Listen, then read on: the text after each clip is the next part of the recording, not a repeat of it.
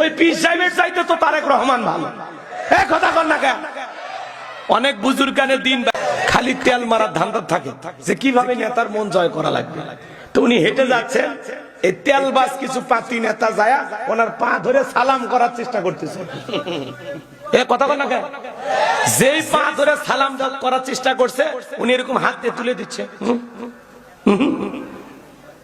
আল্লাহু আকবার।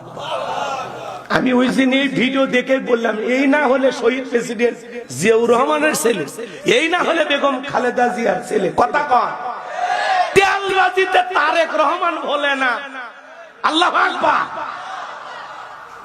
ওনার পা ধরে নেতা কর্মী সালাম করতে গেছে, উনি তুলে দিচ্ছে, ঠেলে দিচ্ছে, সাইড করে দিচ্ছে। অনেক পীর সাহেব তো পা ধরে সালাম করলে কিছু কয় না, পার আগে দিত। ওই পীর সাহেবের চাইতে তো তারেক রহমান ভালো। এ কথা কর না কেন? অনেক বুজুর্গানের দিন হয়েছে না, আল্লাহওয়ালা বড় বড় পীর পা এরকম দিয়ে থাকে, মুরিদের এসে পা ধরতেছে, কিচ্ছুই কয় না। অনেক বড় বক্তা আছে, মঞ্চে ওয়াজ করে নামতেছে, মানুষ এসে পাও সালাম করতেছে, কিচ্ছু কয় না। এ কথা কর না কেন?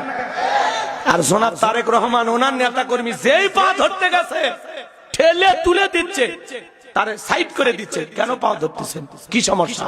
উনি আবার হাত দিয়ে এরকম কথা বলতেছে, কি সমস্যাটা কি? পা ধরতেছেন কেন? আল্লাহু আকবার কোন। তাহলে অনেক ভণ্ড পীর, অনেক পীর সাহেব, তার চাইতেও তারেক রহমানের আকীদা অনেক ভালো। কথা কোন ঠিক কিনা?